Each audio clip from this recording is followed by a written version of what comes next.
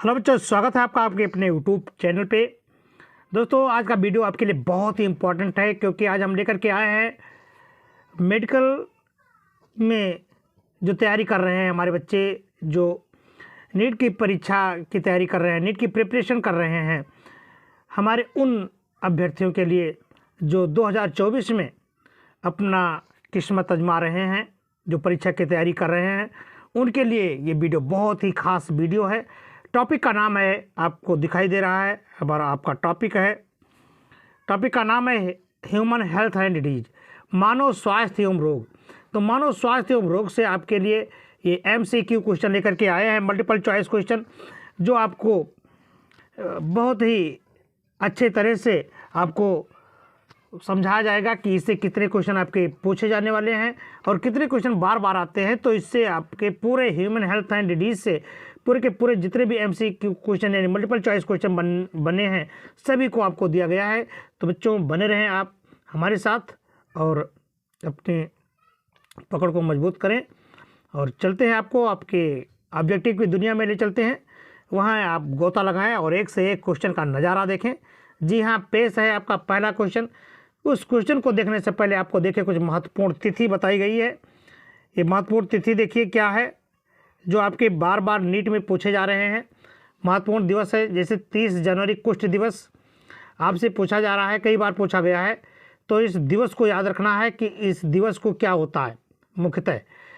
24 मार्च को तपेदिक दिवस, ट्यूबरक्लोसिस जिसको TB रोग कहते हैं। 7 अप्रैल को जो 7 अप्रैल है उसको विश्व स्वास्थ्य दिवस कहते हैं।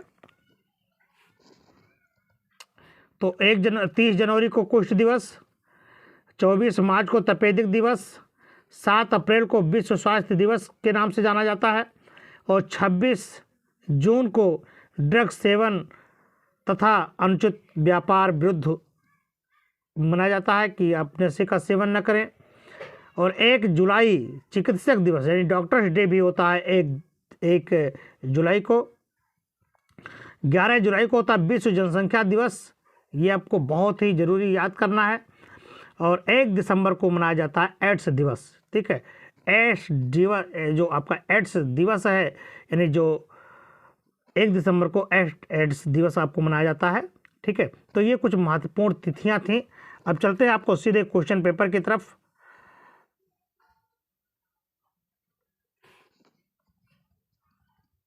ये देखिए आपके क्वेश्चन है,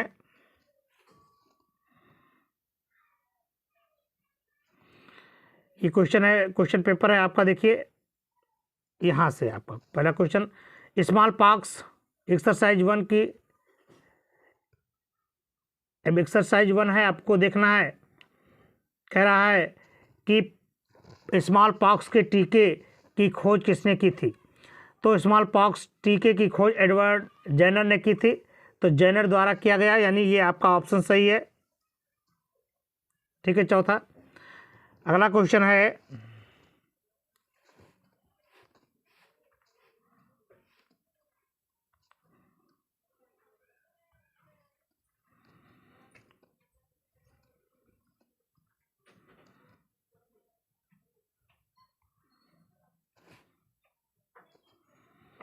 दूसरा क्वेश्चन है कि एक नवजात शिशु में थाइमस निकाल देने पर किसका उत्पादन नहीं होगा। तो जब थाइमस निकल जाएगी तो उसमें प्रतिरोधक क्षमता जो टी लिम्फोसाइट्स है, यानी थाइमस, टी माने होता है थाइमस, टी लिम्फोसाइट्स का निर्माण नहीं होगा। ठीक है, इसका उत्पादन नहीं हो पाएगा। तो ये आपका तीसरा ऑप्शन सही है। अगला क्वेश्चन है, इम्यूनोडिफिशियंसी सिंड्रोम का क्या कारण है, मतलब का कारण क्या है। तो जब इम्यूनोडिफिशियंसी सिंड्रोम आ गया तो आपको एड्स रोग पैदा करेगा, यानी इसका कारण क्या है, एड्स है। ठीक है, ये एड्स रोग हो जाएगा। अगला क्वेश्चन है आपका,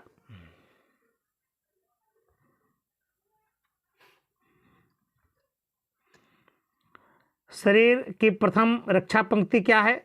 तो शरीर की प्रथम रक्षा पंक्ति क्या है, म्यूकस एंड त्वचा है। तो पहला ऑप्शन आपका क्लियर हुआ। अगला क्वेश्चन है,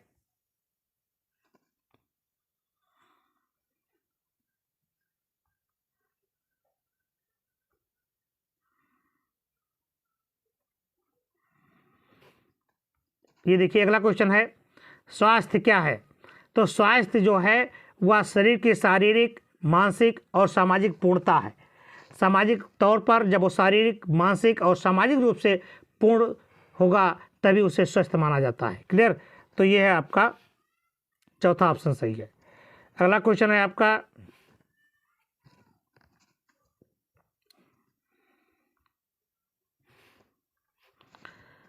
एपिडोमोलॉजी लाभदायक, ज़्यादा लाभदायक है किसमें?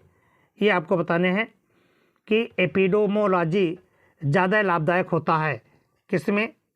तो ये होता है संक्रामक रोगों में। ठीक है, तो आपका कौन सा सही है? ये। ठीक है, अगला क्वेश्चन देखें।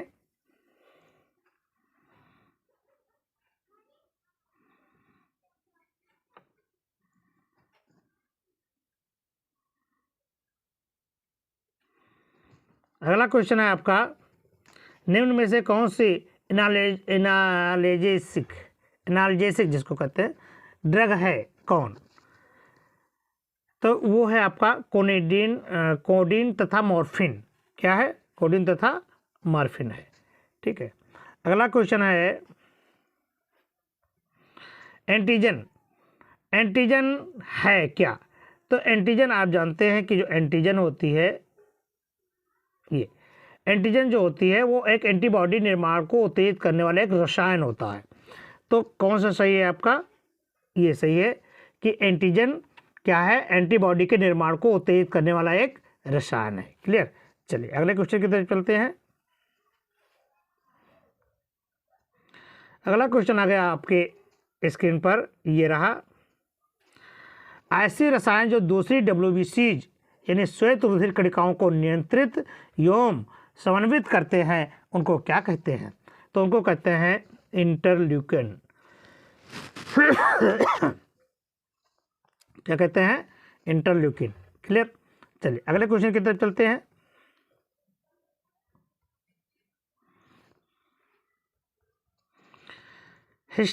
एंटीहिस्टामिन ड्रग प्रभावी करता है। एंटीहिस्टामिन जो ड्रग होता है वो प्रभावित करता है किसको? मतलब क्या करता है? तो एंटीहिस्टामिन ड्रग ये एलर्जी उत्पन्न करता है। क्लियर? ये एलर्जी एलर्जी पैदा करता है, यानी उसका प्रभाव डालता है। अगला क्वेश्चन देखिए,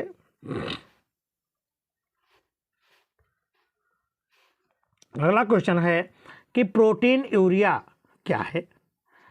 प्रोटीन यूरिया है, तो जब यूरिया में यानी प्रोटीन यूरिया, जब मूत्र में प्रोटीन की मात्रा ज़्यादा होती है तो प्रोटीन यूरिया कहलाती है।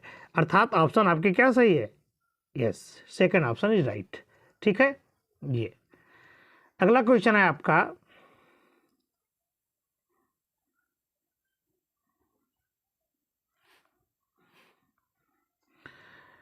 एंजियोलॉजी क्या है?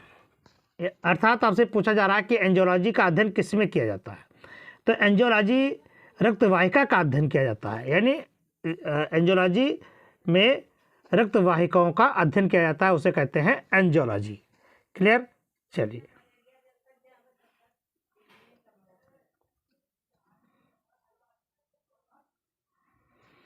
अगला क्वेश्चन है कि सर्जरी का शल्य चिकित्सा का पिता किसे कहते हैं? बहुत इंपॉर्टेंट क्वेश्चन है। तो सर्जरी का शल्य चिकित्सा का पिता किसे कहते हैं? तो कहते हैं सुश्रुतों को। किसको? सुश्रुतों को। ठीक है, अगला क्वेश्चन है आपका, एलोग्राफ्ट। एलोग्राफ्ट क्या है? तो एलोग्राफ्ट जो होता है वह समान जाति के सदस्यों के मध्य ग्राफ्ट होता है, यानी ये सही सेकंड। अगला क्वेश्चन है, ऐसे पदार्थ जो जीवित सतह पर जीवाणुओं को नष्ट करते हैं क्या कहलाते हैं? ऐसे पदार्थ जो जीवित सतह पर जीवाणुओं को नष्ट करते हैं उन्हें कहते हैं एंटीसेप्टिक। क्या कहते हैं? एंटीसेप्टिक। अगला क्वेश्चन है आपका, अभी आपसे पूछा गया, अब बताया गया था, विश्व स्वास्थ्य दिवस। ठीक है, विश्व स्वास्थ्य दिवस कब मनाया जाता है? तो विश्व स्वास्थ्य दिवस आपको सबसे पहले बताया गया था 7 अप्रैल को मनाया जाता है। ठीक है, चलिए अगले क्वेश्चन की तरफ चलते हैं।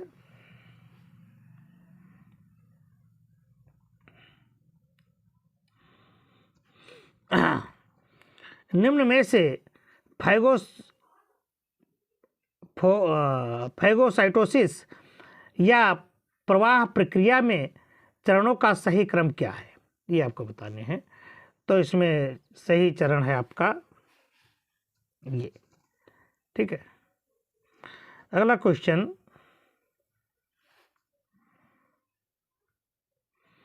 मूत्र में आरबीसी की उपस्थिति क्या कहलाती है?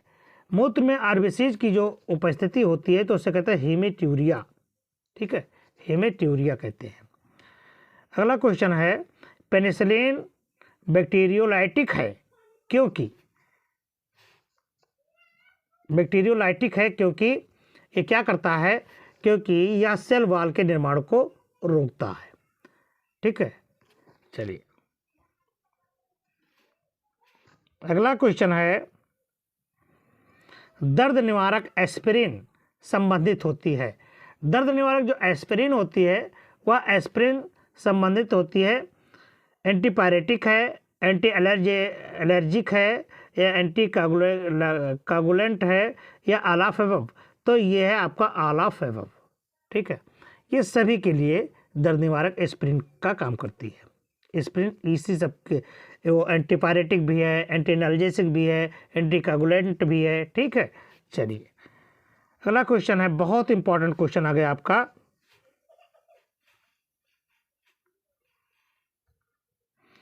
अगला क्वेश्चन है कि कई जंतुओं द्वारा वायरस संक्रमण के फलस्वरूप उत्पन्न एंटीवायरस पदार्थ जो विषाणु में गुणन को रोकता है उसे क्या कहते हैं? तो विषाणु में जो गुणन को रोकता है उसे कहते हैं इंटरफेरॉन। क्या कहते हैं? इंटरफेरॉन। क्लियर। चलिए अगले क्वेश्चन की तरफ बढ़ते हैं। प्रतिरक्षा तंत्र टीकाकरण प्रक्रिया में किस प्रक्रिया की स्मृति रखता है? तो ये है प्राथमिक प्रतिरक्षा का। किसका रक्षा है, किसका मतलब स्मृति रखता है? प्राथमिक प्रक्रिया का, ठीक है। अगला क्वेश्चन है, डीपीटी। डीपीटी टीका एक उदाहरण है, मतलब किसका टीका है, मतलब किस प्रकार का टीका है? डीपीटी का टीका क्या है? निष्क्रिय प्रतिरक्षा है, सक्रिय प्रतिरक्षा है, दोनों, या तो कौन है आपका? सक्रिय प्रतिरक्षा है। क्लियर।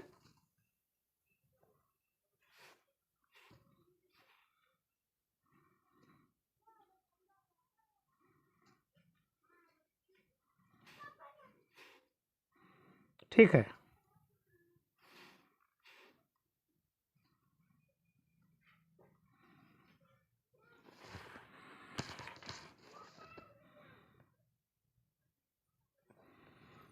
अगला क्वेश्चन है कि कोशिकाओं द्वारा प्रतिरक्षी दी जाती है बी लिम्फोसाइट्स, प्लाज्मा कोशिकाएं में, या सी लिम्फोसाइट्स में, या फिर थाइमस की कोशिकाओं या थाइमोसाइट्स में। तो जो आपकी प्रतिरक्षी कोशिकाएं हैं ना, ये किस में दी जाती हैं? ये दी जाती है थाइमस में, थाइमस की कोशिकाओं या थाइमोसाइट्स में। क्लियर। चलिए अगला क्वेश्चन है आपका,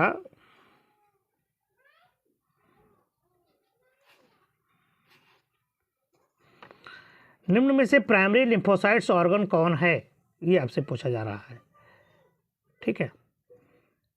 तो प्राथमिक जो आपका लिम्फोसाइट्स ऑर्गन है वह है थाइमस ग्रंथि और अस्थिमज्जा।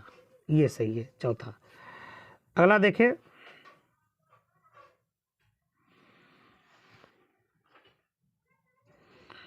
क्लोनल सिलेक्शन है क्या?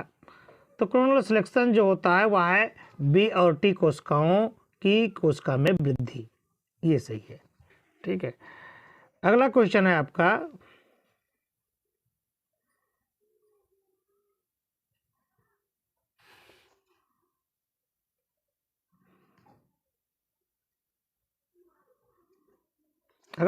अगला है कि एक एंटीबॉडी के अणु में कितने पॉलीपेप्टाइड श्रृंखलाएं होती हैं? तो एक एंटीबॉडी में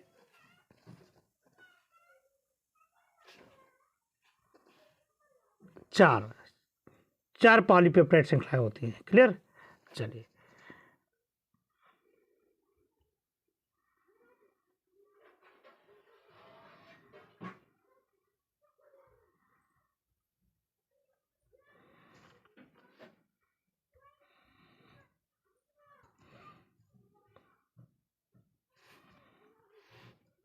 अगला क्वेश्चन है, निम्न में कौन सी एंटीबॉडी सर्कुलेटिंग एंटीबॉडीज है या शरीर द्रव की सुरक्षा प्रदान करती है, कौन है इसमें? तो इसमें है आपका IgG, ये सही है। अगला क्वेश्चन,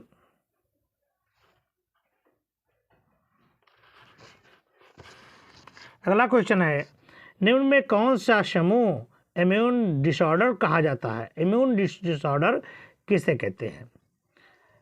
ठीक है, ये आपको बताना है कि इम्यून डिसऑर्डर कौन है। तो इसमें क्या है, इम्यून डिसऑर्डर ये है SCID और एड्स। ठीक है,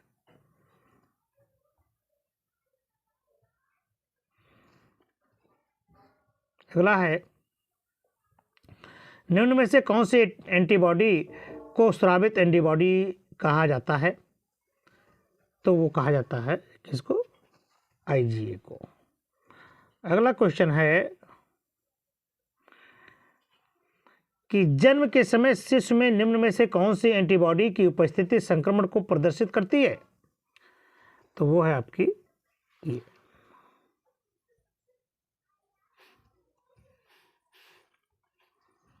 ये IgM। ठीक है,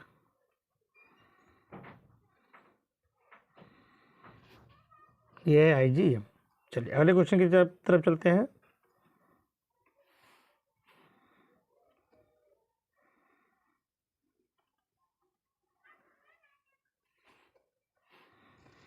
टीकाकरण सामान्यतः एक भाग होता है किसका? बीमारी के इलाज का, एस्टियोलॉजी का, मैंने इटियोलॉजी का, गाय का या प्रोफाइलेक्स का।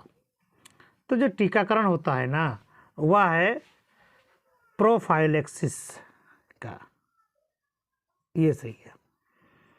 अगला क्वेश्चन है,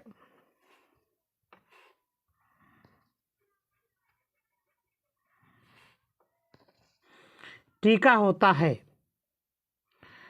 तो टीका होता है, टीका क्या होता है, ये आपसे पूछा जा रहा है।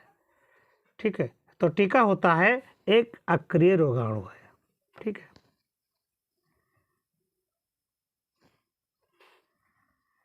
अगला क्वेश्चन है, टीकाकरण आधारित होता है, तो टीकाकरण किस पर आधारित होता है? टीकाकरण जो होता है वह प्रतिरक्षी तंत्र की स्मृति पर आधारित होता है। ठीक है, अगला क्वेश्चन है कि द्वितीय पीढ़ी का टीका किसे कहते हैं? मतलब कौन है, किसका टीका द्वितीय पीढ़ी का टीका कहलाता है? तो आपका हेपेटाइटिस बी का टीका द्वितीय पीढ़ी का टीका कहलाता है। अगला क्वेश्चन है,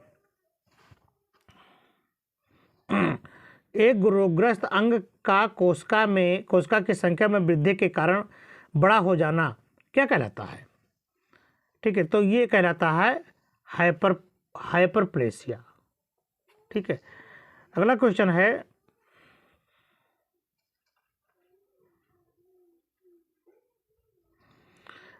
दुग्ध ग्रंथि से स्रावित प्रथम दूध में किस इम्यूनोग्लोबिन की अधिकता होती है?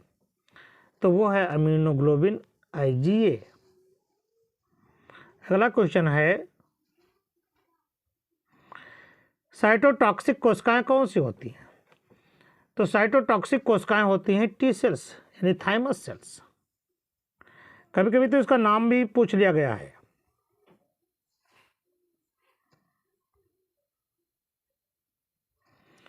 इंटरफेरान, ये क्वेश्चन कह रहा है कि इंटरफेरान क्या है।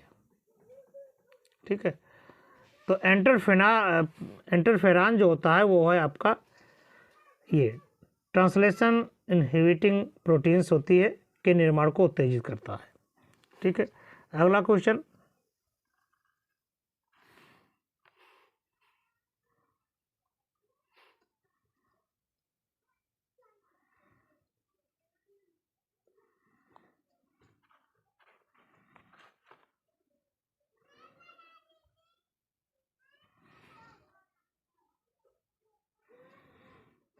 अगला क्वेश्चन है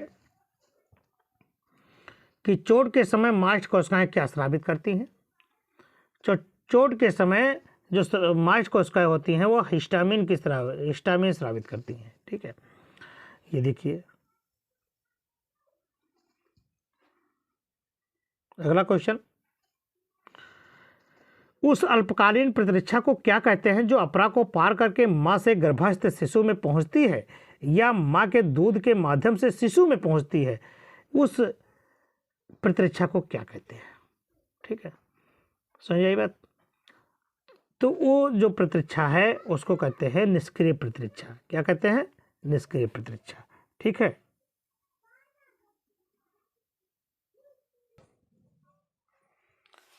स्तनियों में टी लक्षणों के विषय में क्या सही है?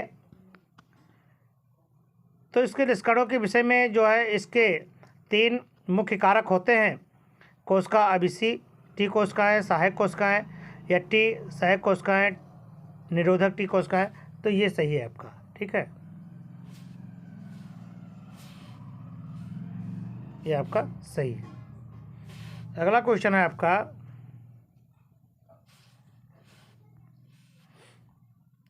आईजीजी एंटीबॉडी का अणुभार कितना है? तो इसका अणुभार है बी लिम्फोसा, ये है आपका 146,000। ये सही है आपका। अगला क्वेश्चन है, मेम्ब्रेन अटैक कॉम्प्लेक्स किससे संबंधित है?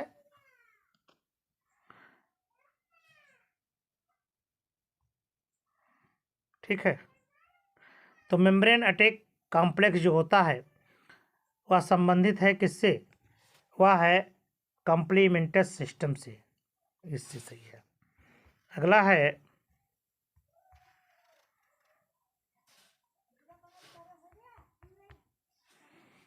प्रतिरक्षी काय महाअणु होते हैं, कौन से हैं इसमें?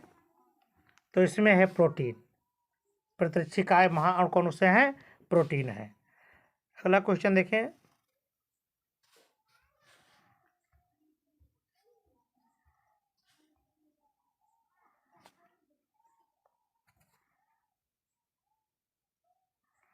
एक बच्चे में थायराइड नष्ट होने के फलस्वरूप क्या होगा?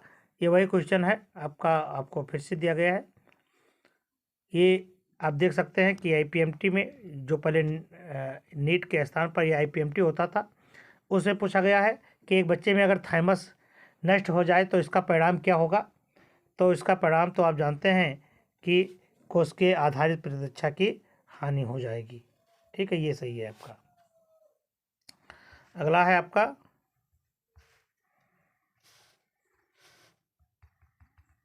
अगला क्वेश्चन है, यूथेनेसिया को सर्वप्रथम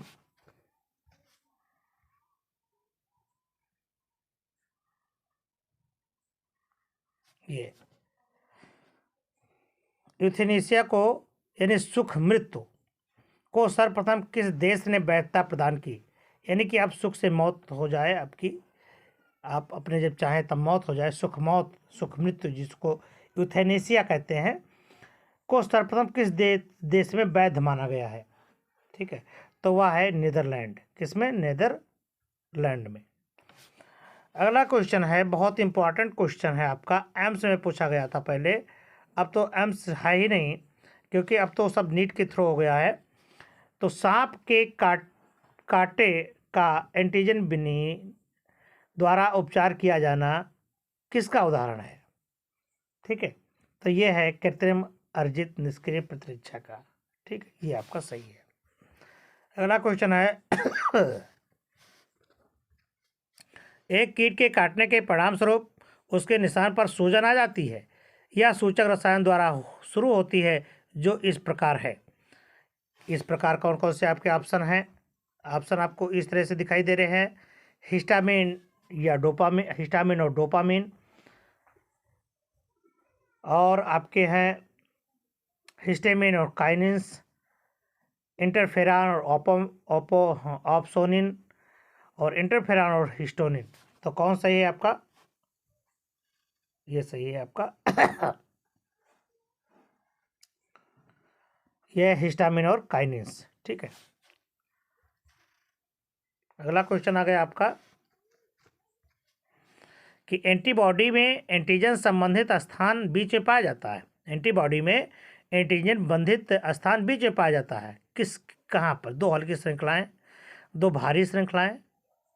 ठीक है, या एक हल्की एक भारी एक हल्की श्रृंखला, ये सही है, एक हल्की और एक भारी श्रृंखला है।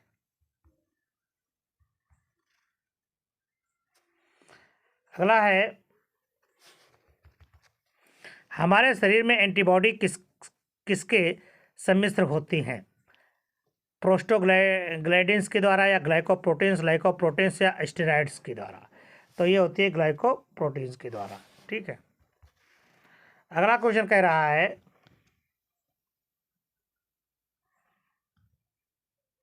मांस कोशिकाओं से किसका स्रवण होता है? मांस कोशिकाओं से किसका स्रवण होता है? तो मांस कोशिकाओं से हिस्टामिन। अभी आपने इससे पहले वाले में देखा कि मांस कोशिकाओं से किसका स्रवण होता है? हिस्टामिन का स्रवण होता है। अगला क्वेश्चन है, सर्वाधिक क्रियाशील भक्षकाणु श्वेत कोशिकाएं कौन सी होती हैं? तो होती हैं उदासीन रागी और एक कलाड़ू। ये सही है आपका। अगला क्वेश्चन है आपका,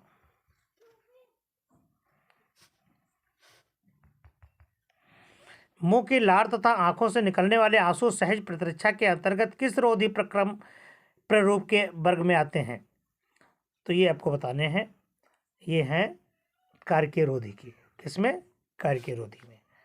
अगला क्वेश्चन है, मानव में कार्निया का प्रत्यारोपण लगभग कभी भी अस्वीकारा नहीं जा सकता, इसलिए क्यों नहीं स्वीकारा जा सकता? क्योंकि आपको बताने हैं, तो इसमें रक्त आपूर्ति नहीं होती है। ठीक है, यही कारण है। ये ऑप्शन आपका सही है, क्योंकि इसमें रक्त की आपूर्ति नहीं होती है, रक्त आपूर्ति नहीं होती है। ठीक है।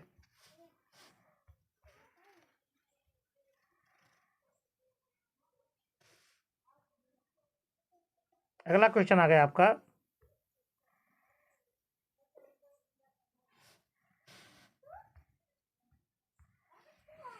एक्ट रीनल फ्लेयर में कौन से जैव रासायनिक पदार्थ रक्त में अधिक मात्रा में संसूचित होते हैं? तो वो कौन से हैं? क्रेटिनिन, केवल यूरिया, यूरिक एसिड, है ना? तो ये सभी। अगला क्वेश्चन है, बीसीजी का टीका किसके विरुद्ध बचाव का साधन है? तो बीसीजी का जो टीका है वह है ट्यूबरक्लोसिस के बचाव का साधन है। ठीक है, तो कौन सही है आपका? ट्यूबरक्लोसिस। क्या सही है? ट्यूबरक्लोसिस। अगला क्वेश्चन है कि न्यूट्रोफिल्स और मोनोसाइट्स किसकी भागीदारी में महत्वपूर्ण कोशिकाएं होती हैं? न्यूट्रोफिल्स और मोनोसाइट्स किसकी भागीदारी में महत्वपूर्ण कोशिकाएं होती हैं? तो ये है महत्वपूर्ण कोशिकाएं कौन सी हैं? ये है फाइगोसाइट्स। क्या है? फाइगोसाइट्स। अगला क्वेश्चन आपका आ गया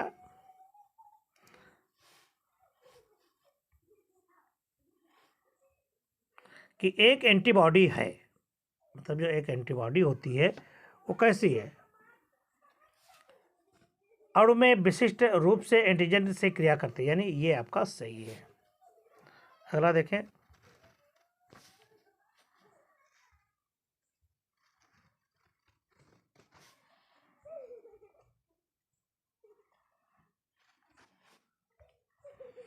निष्क्रिय प्रतिरक्षा के इंजेक्ट करने पर प्राप्त की जा सकती है क्या प्राप्त की जा सकती है? तो वो प्राप्त की जा सकते हैं एंटीबॉडीज। क्या? एंटीबॉडीज। अगला क्वेश्चन है, डिसऑर्डर और एल्केप्टोन्यूरिया और फिनाइलकीटोन्यूरिया संबंधित किए जाते हैं किससे? तो ये संबंधित किए जाते हैं जन्मजात रोग। ठीक है, रोग तो आपने पढ़ा ही है। रोग आपको दो रोग होते हैं, एक है जन्मजात रोग और एक है उपार्जित रोग। तो जन्मजात कौन होते हैं? जो आपको माता पिता से प्राप्त होने वाले रोग होते हैं उसे जन्मजात रोग कहते हैं। तो ये डिसऑर्डर्स और एल्केप्टोन्यूरिया, फिनाइलकीटोन्यूरिया, ये सब रोग कैसे होते हैं? ये जन्मजात रोग होते हैं। ठीक है। अगला क्वेश्चन है, निम्न में से कौन सा टी लिम्फोसाइट्स का प्रकार नहीं है? तो इसमें कौन सा प्रकार नहीं है? तो पहला है हेल्पर, तो टी हेल्प सेल्स तो होती है। संदमक, ये भी है। साइटोटॉक्सिक, ये रिप्रेसर्स, यानी ये ऑप्शन आपका ये सही है, रिप्रेसर नहीं होती है। अगला क्वेश्चन होता है इंटरफेनार के फेरान के नियंत्रण में प्रयुक्त होता है। टीबी, कैंसर, किसके नियंत्रण में इंटरफेरान का उपयोग किया जाता है, ये पूछ रहा है। टीबी, कैंसर, मलेरिया या रक्तदाब। तो इंटरफेरान जो होता है वो आपके कैंसर में, कैंसर जो होता है ये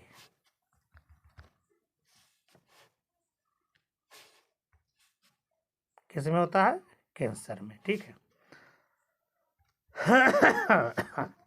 अगला क्वेश्चन है, डीपीटी के विरुद्ध प्रतिरक्षा करता है, यानी डीपीटी किसके विरुद्ध काम करता है, ये आपको बताने हैं। तो ये है कुकुर खांसी, टिटनेस, डिप्थीरिया। तो ये सभी के लिए होता है डीपीटी का टीका। कुकुर खांसी भी नहीं होगी, डिप्थीरिया और टिटनेस इसमें यही लगाया जाएगा। कौन, सभी। ठीक है, ये सभी इस पर काम करने वाले होते हैं। अगला है,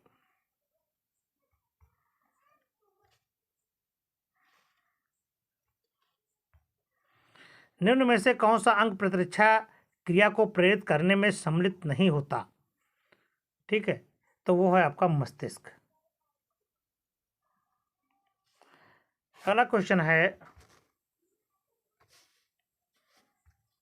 हेपेटाइटिस बी का वैक्सीन क्या है।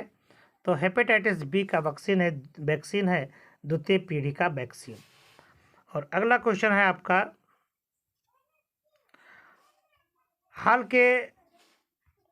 हाल के दिनों में कॉर्निया ट्रांसप्लांट काफ़ी प्रचलित हुआ, इसका कारण क्या है। अभी कारण इसका आपको तो बताया ही गया। इसका मुख्य कारण क्या होता है ये तो आपने जाना ही। इसका मुख्य कारण होता है कि कॉर्निया में कोई रक्त की सप्लाई नहीं होती है। तो ये ऑप्शन आपका सही है। ठीक है, तो ये एक्सरसाइज फर्स्ट खत्म हुई है। अब चलते हैं एक्सरसाइज सेकंड में। एक्सरसाइज सेकंड में आपकी एलर्जी है, ऑटो इम्यूनिटी पावर है, एक्वायर्ड डिसऑर्डर्स है, एड्स है। इससे संबंधित क्वेश्चन जो लिए गए हैं वो एक्सरसाइज 2 में लिए गए हैं। देखिए, ये आ गया एक्सरसाइज 2 का पहला क्वेश्चन। ठीक है, एक्सरसाइज 2 में देखिए कौन कौन से क्वेश्चन हैं। तो अगला क्वेश्चन है, डिप्थीरिया के सिम्टम्स क्या है।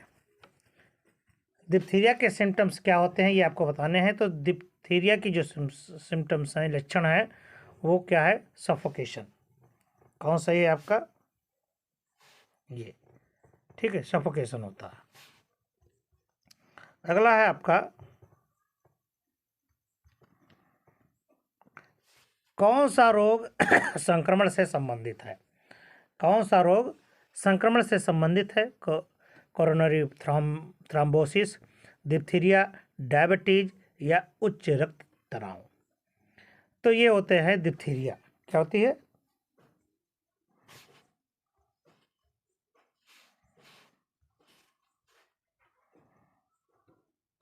ये। अगला क्वेश्चन है, एड्स का कारण क्या है। तो एड्स का कारण तो आप जानते हैं कि एड्स एक वायरस जनित रोग है। क्या है, वायरस जनित, यानी एड्स जीवाणु जनित नहीं है, न कवक है, ये एक वायरस HIV है, वायरस है, वायरस जनित रोग है। तो एड्स का कारण क्या है, एक वायरस है। क्लियर। चलिए अगला क्वेश्चन,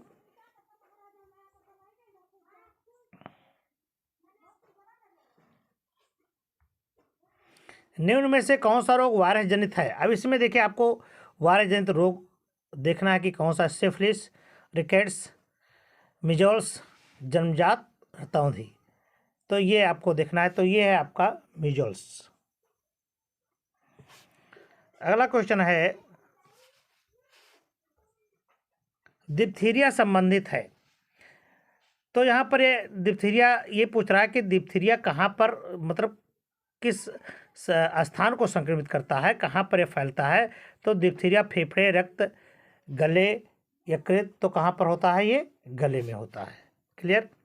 चलिए अगले क्वेश्चन की तरफ चलते हैं हम लोग। ये क्वेश्चन बड़ा ही इंपॉर्टेंट है। पीलिया यकृत से संबंधित कारकीय रोग है जो समानता होता है। पीलिया एक्रिस से संबंधित, बिल्कुल सही, ये भी आपको ध्यान में रखना है। और जो समानता होता है किसके द्वारा, ये भी जानना है। तो ये होता है, पीलिया किसके द्वारा होता है?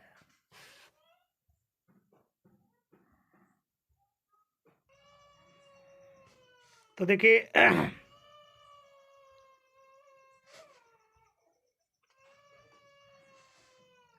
ये सही है। अगला क्वेश्चन है आपका, स्मॉल पॉक्स का रेबीज कारण क्या होता है?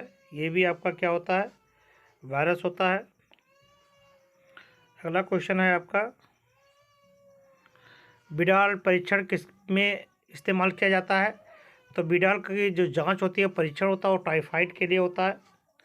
ठीक है। अगला क्वेश्चन देखें, टिटनेस से उत्पन्न विष प्रभावित करते हैं। जो टिटनेस से उत्पन्न विष होता है वह ऐच्छिक पेशियों को प्रभावित करता है। अगला क्वेश्चन देखें, वायरस जनित रोग कौन से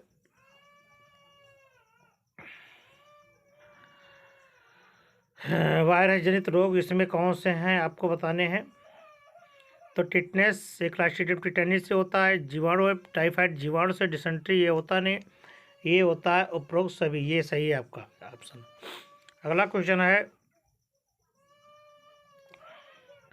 मम्प्स एक वायरल रोग है जो निम्न में से किसमें सूजन का कारण होता है?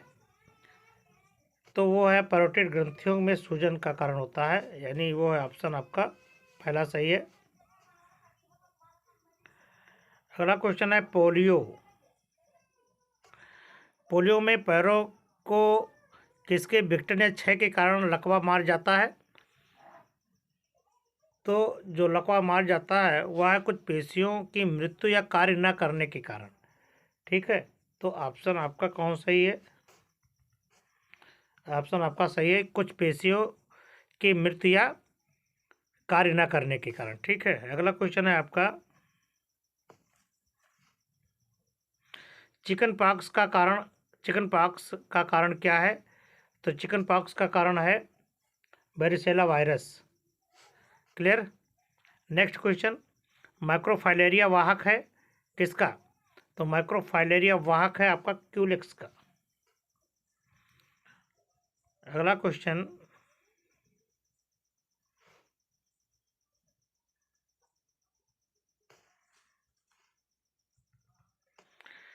निमेटोड के द्वारा जनित रोग कौन से हैं?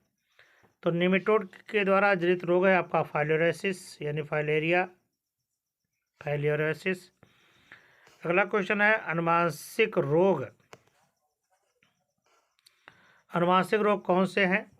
तो अनुवांशिक रोग वो होते हैं जो रोग जन्म से ही आ जाते हैं, वो एक पीढ़ी से दूसरी पीढ़ी में जो स्थानांतरित हो जाते हैं, वो रोग कौन से होते हैं? जन्मजात यानी अनुवांशिक रोग होते हैं। कैंसर में शामिल जीन्स कौन है? तो कैंसर में जो शामिल जीन्स है वह है ऑन्कोजीन्स। क्या है? ऑन्कोजीन्स। क्लियर। अगला देखें,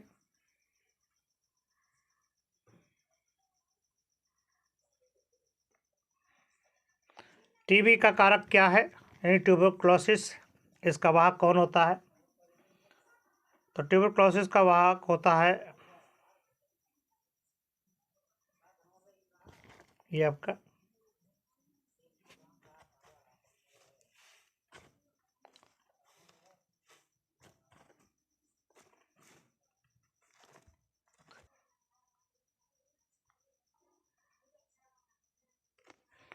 सार्कोमा एक तरह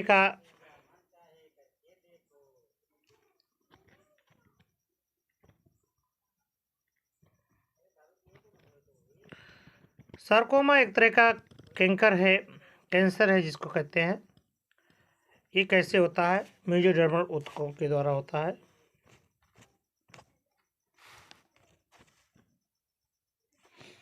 अगला क्वेश्चन है आपका,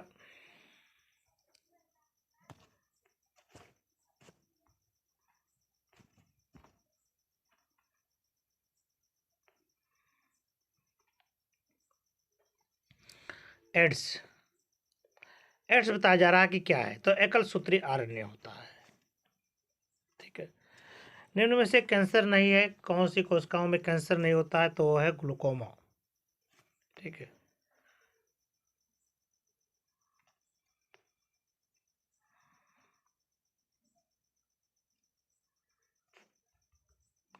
रक्त कैंसर है ल्यूकीमिया या थ्रोम्बोसिस, तो ये आपका है ल्यूकीमिया।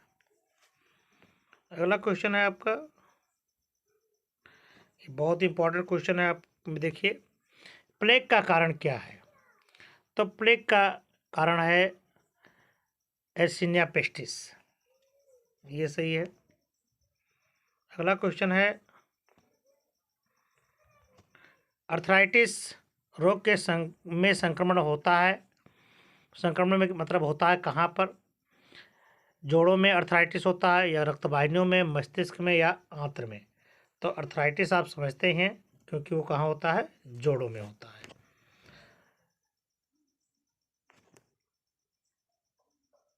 ये है क्वेश्चन, एक लड़की जो डाउन सिंड्रोम से पीड़ित है उसके बॉडी की संख्या कितनी होगी, तो उसके बॉडी की संख्या कितनी होगी, 1 होगी।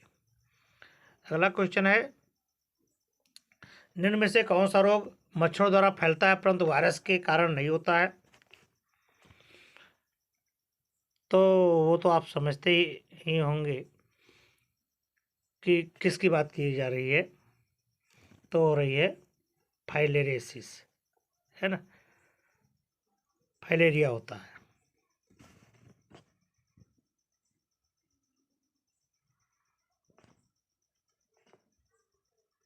अगला क्वेश्चन है, निम्न में कौन सा ऑटोसोमल क्रोमोसोमल उत्परिवर्तन रोग है, कौन सा उत्परिवर्तन रोग है, क्राइडोचैट।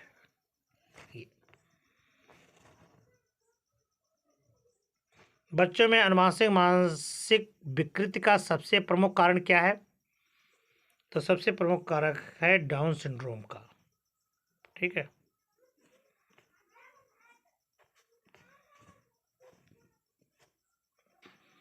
अगला क्वेश्चन है, निम्न में से कौन सा रोग चौथे गुणसूत्र की असामान्यता के कारण फैलता है, तो चौथे गुणसूत्र की असामान्यता के कारण जो फैलता है उसे कहते हैं, ये कहते हैं हंटिंगटन कोरिया।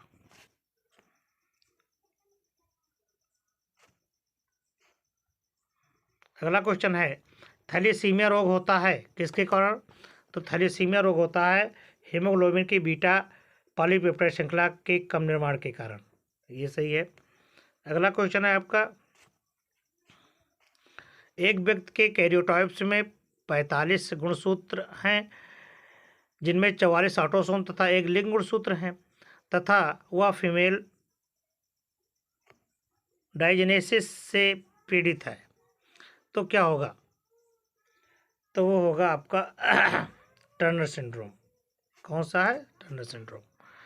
अगला क्वेश्चन है, माइस्थेनिया ग्रेविस का कारण क्या है, तो वो है आपका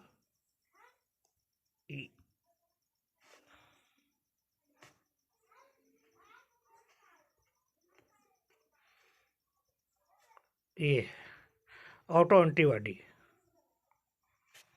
ठीक है, अगला क्वेश्चन,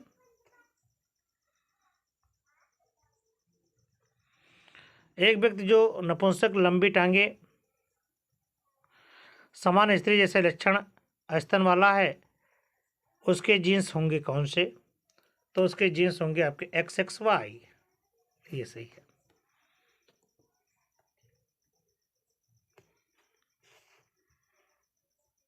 अगला क्वेश्चन है, डेंगू बुखार फैलता है निम्न के द्वारा, किसके द्वारा फैलता है, ये आपको बताने हैं। तो डेंगू बुखार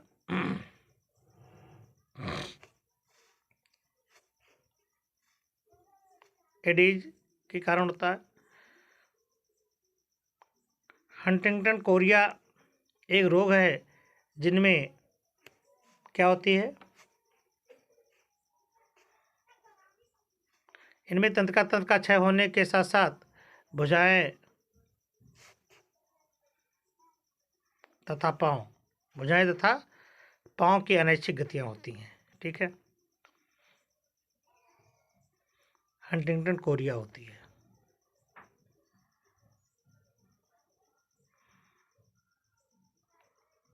अगला क्वेश्चन है आपका, एकोंड्रोप्लेसिया रोग में किसका निर्माण प्रभावित होता है? तो उसका निर्माण प्रभावित होता है किसका? उपास्थि का। किसका? उपास्थि का। अगला क्वेश्चन है, ट्राइसोमिक ऑटोसोमल अनुवांशिक रोग है डाउन सिंड्रोम का। किसका? डाउन सिंड्रोम का। अगला क्वेश्चन है, वाहक जेनोप्सेलिया की पोसिस में कौन सा रोग होता है? प्लेग। क्या होता है इसमें? प्लेग होता है। अगला क्वेश्चन है, मॉन्टॉक्स टेस्ट किसके लिए किया जाता है? तो मॉन्टॉक्स टेस्ट जो होता है ट्यूबरक्लोसिस के लिए किया जाता है। ठीक है, ट्यूबरक्लोसिस के लिए। अगला क्वेश्चन है,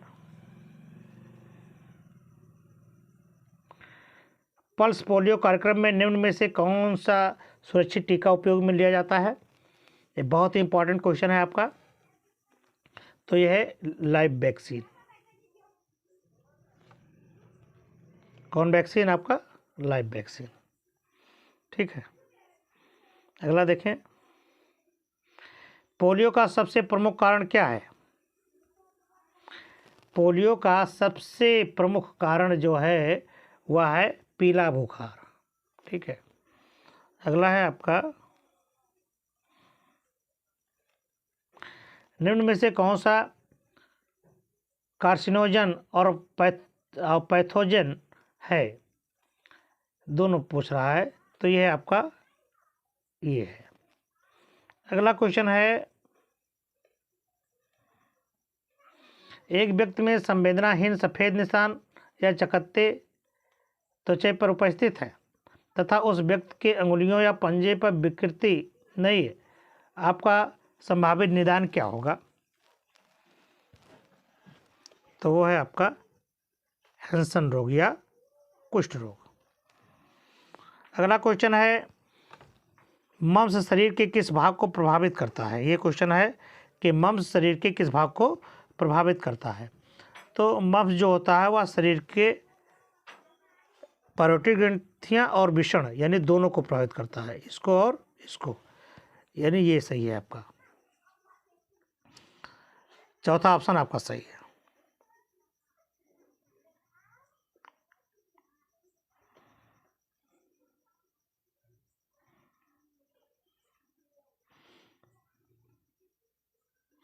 अगला क्वेश्चन है कि टर्निक्वेट टेस्ट किसके लिए उपयोग किया जाता है? तो टर्निक्वेट जो आपका है वह है हड्डी तोड़ बुखार में, इसका प्रयोग किया जाता है। अगला क्वेश्चन है आपका, चिक टेस्ट किससे संबंधित होता है? बहुत ही इंपॉर्टेंट है। तो चिक टेस्ट जो होता है वह है ये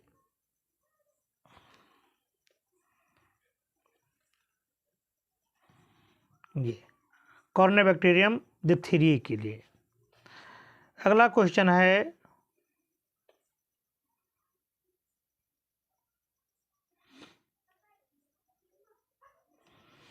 एक बलात्कार का आरोपी एक रोग से ग्रसित है। बलात्कार शिकार व्यक्ति में अब 3 दिन पश्चात इसी प्रकार के रोग लक्षण प्रकट हो रहे हैं, आपका संभावित निदान होगा।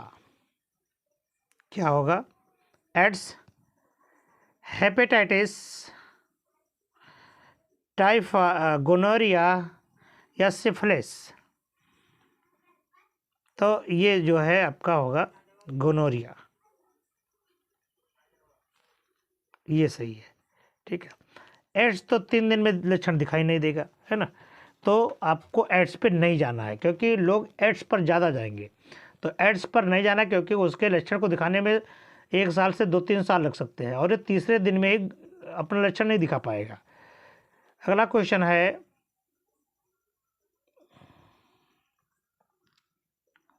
ब्रेडिकार्डिया, तेज बुखार, भूख नहीं लगना, ये सब होता है किसके, क्या इसको कहते हैं? हेपेटाइटिस, काला आजार, टाइफाइड्स, एड्स।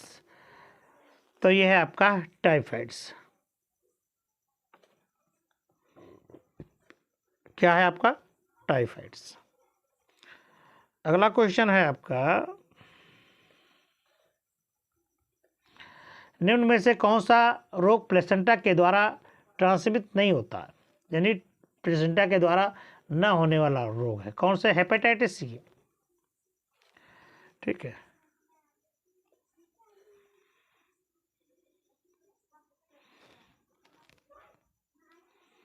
अगला क्वेश्चन है, विकर्ण स्वास्थ्य के लिए हानिकारक है क्योंकि यह करते हैं क्या?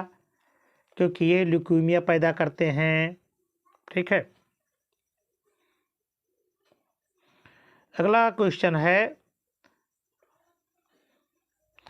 कि वह रोग जिसमें रक्त में यूरिक मात्रा बढ़ जाती है, तो जिस रोग में यूरिक की मात्रा बढ़ जाती है उसे कहते हैं गॉट। ठीक है, ये रोग कहते हैं गॉट। अगला क्वेश्चन है, निम्न में से कौन सा कैंसर ट्यूबर है? कैंसरस ट्यूमर कौन सा है इसमें? ये तो कैंसरस ट्यूमर इसमें है मैलिग्नेंट ट्यूमर। ठीक है। ये अगला क्वेश्चन है, दुनिया में पुरुषों में सर्वाधिक पाया जाने वाला कैंसर किसका होता है? तो दुनिया में सबसे ज़्यादा पाया जाने वाला कैंसर कौन है? तो वह है आपका पल्मोनरी कैंसर। ठीक है। कैंसर के कारक क्या हैं? अगला क्वेश्चन आ गया, कैंसर के कारक क्या कहलाते हैं? तो जो कैंसर के कारक होते हैं उसको कहते हैं कार्सिनोजेंस। क्या कहते हैं? कार्सिनोजेंस। अगला क्वेश्चन कह रहा है कि कैंसर का उपचार क्या है? कैंसर का उपचार क्या है? तो विकिरण चिकित्सा के द्वारा, रसायन चिकित्सा, शल्य चिकित्सा, अलाफेबव, यानी इन सभी के द्वारा इसका उपचार किया जा सकता है। अगला क्वेश्चन है, HIV का न्यूक्लिक एसिड क्या होता है? ठीक है, बहुत बार पूछा गया है।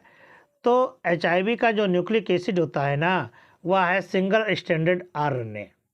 क्या है? SSRNA, यानी सिंगल स्टैंडर्ड RNA होता है।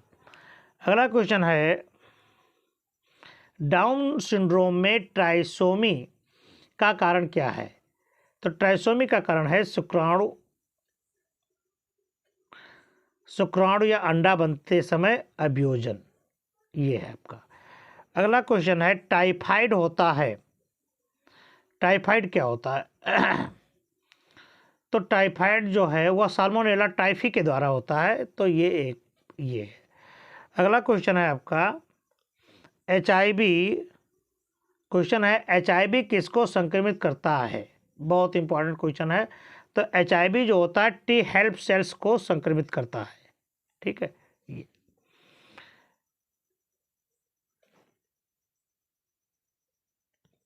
अगला क्वेश्चन है,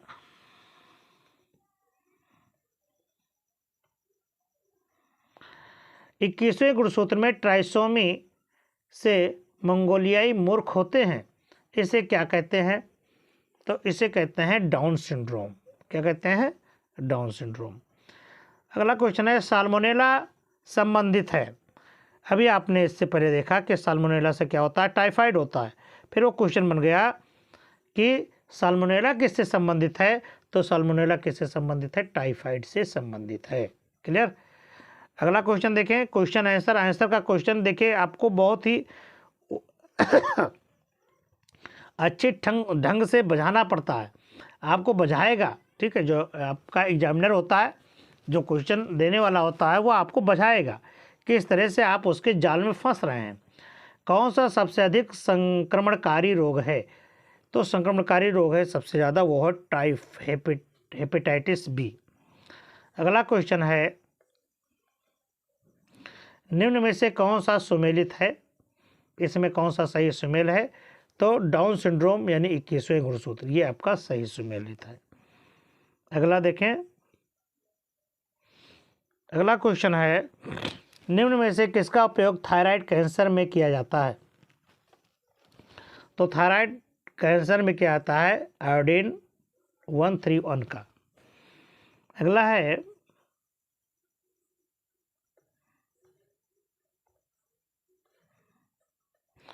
किस प्रकार के अंग के सही तौर पर कार्य न करने के कारण एक व्यक्ति का विष्ठा का रंग धूसर यानी सफेद धूसर हो जाता है? तो वो क्या है?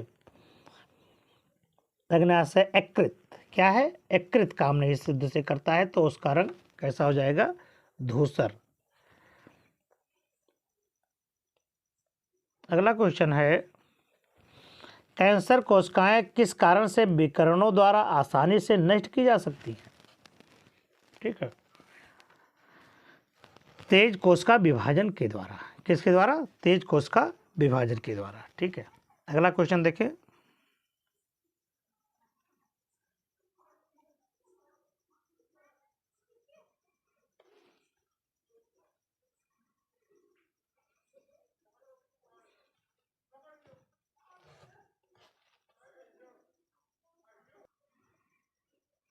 कार्सिनोजन से क्या अर्थ है?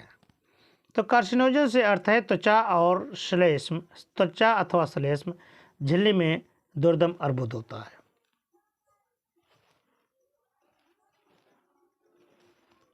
ठीक है, अगला क्वेश्चन है,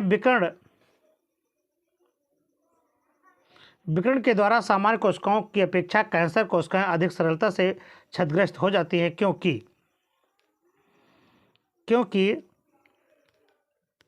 क्या होता है? उसमें तीव्र विभाजन होता है।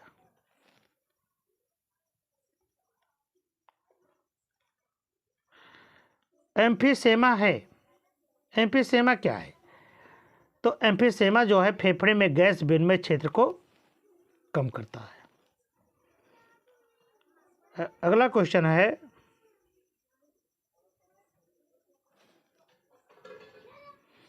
एक महिला जिसमें 47 क्रोमोसोम हैं कि क्रोमोसोम 21 की 3 कापियां चारित्रिक रूप से होती हैं। कौन कौन?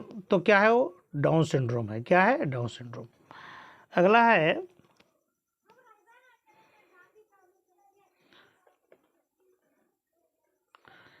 G6P डिहाइड्रोजिनेज कमी हेमोलाइसिस के साथ सम्मिलित होती है, किसमें? आरबीसीज में। अगला है, एड्स एचआईवी द्वारा होता है, तो मुख्य रूप से संक्रमित करता है किसको? ठीक है, ये बहुत इंपॉर्टेंट है भैया। तो ये संक्रमित करता है T4 लिम्फोसाइट्स को। किसको? T4 लिम्फोसाइट्स को। अगला क्वेश्चन है,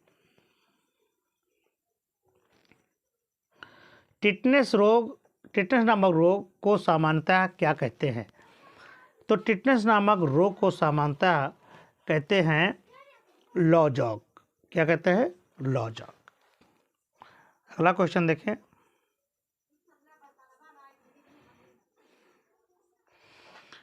सीवियर एक्यूट रेस्पिरेटरी सिंड्रोम, ठीक है, यानी SARS एम्स में पूछा गया क्वेश्चन है। क्या है? साधारण जुकाम के विषाणु के एक प्रभेद से पैदा होता है। ये सही है। अगला क्वेश्चन है, मानव में क्राइडुचेट सिंड्रोम किसके कारण पैदा होते हैं? मानव में क्राइडुचेट सिंड्रोम किसके द्वारा पैदा होते हैं, ये आपको बताने हैं। तो ये होता है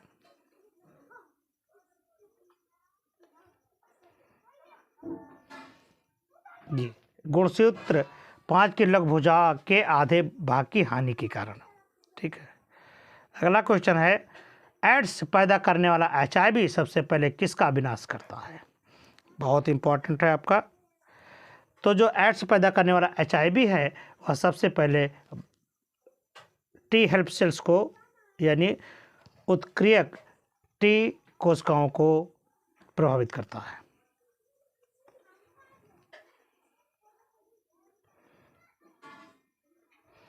देखिए इसमें आपको दो स्तंभ दिए गए हैं, स्तंभ 1 और स्तंभ 2 में। ये देखिए इसे मिलाकर के आपको दिखा गया है अमीबीयता जल का केवल निर्जमीकरण भोजन और जल का उपयोग होता है। हाइजा मौखिक पुनर्जलभरण उपचार में, उपदंश ट्रेपोनिमा पैलिडम में। तो ये आपसे ऑप्शन पूछा जा रहा है कि कौन इसमें सही है, ये आपको सही करके बताना है। ठीक है, तो ये सही है आपका कौन? तीसरा। निम्न में से कौन सा रोग 100% घातक है और ट्रांसमिशन का प्रकार संक्रमित जंतुओं द्वारा होता है? तो ये है आपका रेबीज द्वारा।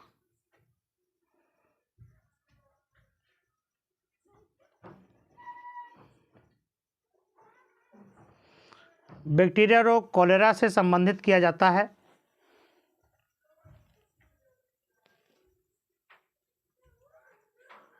आंत्र में अत्यधिक द्रव्य का नुकसान होता है। अगला क्वेश्चन है एड्स के कारण क्या हैं? जो एड्स है, एड्स का कारण क्या है कि हेल्पर टी कोशिकाओं की संख्या में कम हो जाती हैं। ठीक है, ये सही है आपका। अगला देखिए,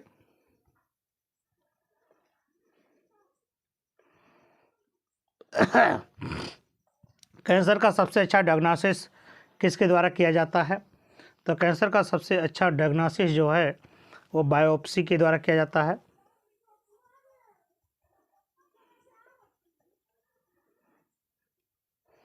मानव में निमोनिया रोग जिसमें फेफड़े की कोशिकाएं संक्रमित होती हैं किसके द्वारा होता है? ये है हेमोइन्फ्लुएंजा के द्वारा। अगला क्वेश्चन है कौन सा कैंसर नहीं है?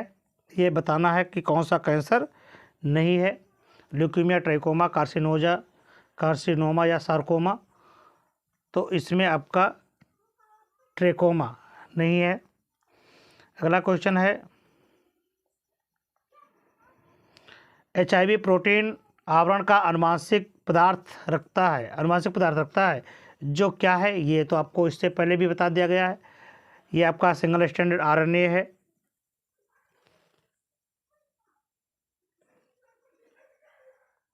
टर्नर का सिंड्रोम किसके द्वारा होता है? तो टर्नर का जो सिंड्रोम होता है वह है लिंग गुणसूत्र इम्प्लॉयडी के कारण होता है। अगला क्वेश्चन है आपका बिडाल परीक्षण किसके लिए किया जाता है? तो आप जानते हैं कि बिडाल का जो परीक्षण होता है वह टाइफाइड बुखार नापने इसको सुनिश्चित करने के लिए किया जाता है। बिडाल का परीक्षण टाइफाइड के लिए पुष्टि के लिए किया जाता है। क्लाइनफेल्टर सिंड्रोम क्रोमोसोम द्वारा संसूचित करता है। तो क्लाइनफेल्टर सिंड्रोम जो होता है वह आपका है 44-XXY जिसके द्वारा होता है। अगला क्वेश्चन है हेपेटाइटिस भी क्या कहलाता है? तो हेपेटाइटिस जो वी होता है वह सीरम पीलिया ये भी कहलाता है आपका ये। अगला क्वेश्चन है निम्न में से कौन सा सुमेलित है? इसमें आपको सही सुमेल बताना है कि कौन सही है। तो एनाफ्लेज मच्छर के द्वारा होता है, ये सही है आपका। अगला क्वेश्चन है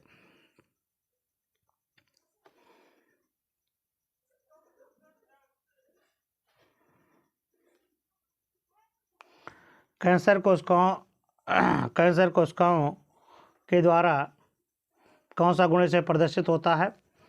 तो वो है अनियंत्रित वृद्धि द्वारा।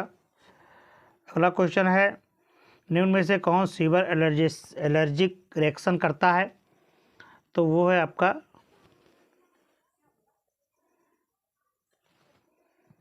ये एनाफिलेक्टिक शॉक्स होते हैं, ये इसके द्वारा। अगला क्वेश्चन कर रहा है कि जोड़ों में साइनोवियल क्लॉक के विरुद्ध ऑटो इम्यूनिटी कहलाती है, तो वो कहलाती है किसके द्वारा? ये चौथा ऑप्शन सही है, रूमेटॉइड अर्थराइटिस होता है इसमें। अगला क्वेश्चन है इम्यूनोडिफिशियंसी का कारण क्या होता है? पोषण की कमी होती है, या उत्परिवर्तन होता है, या HTLV-3 का संक्रमण होता है, या उपरोक्त सभी होता है। अगर ये आपके HIV मतलब इम्यूनोडिफिशियंसी अगर हो जाती है, या इस तरह के इम्यूनिटी पावर कम हो जाती है, तो ये सभी रोग आप में मतलब ये सभी लक्षण आपके हो सकते हैं। ठीक है। अगला क्वेश्चन है निम्न में से कौन एयरबॉर्न डिजीज है? तो एयरबॉर्न डिजीज क्या? अस्थमा आपके एयरबॉर्न डिजीज कहलाती है। अगला क्वेश्चन है कि एलर्जी सम्मिलित है, तो एलर्जी जो सम्मिलित है IgE से संबंधित है। ठीक है।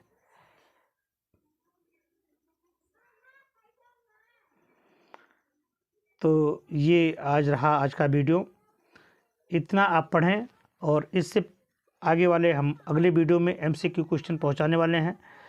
तब तक आप पढ़ें, मस्त रहें। हम फिर मिलते हैं आपको नए वीडियो के साथ। तब तक के लिए नमस्कार, जय हिंद।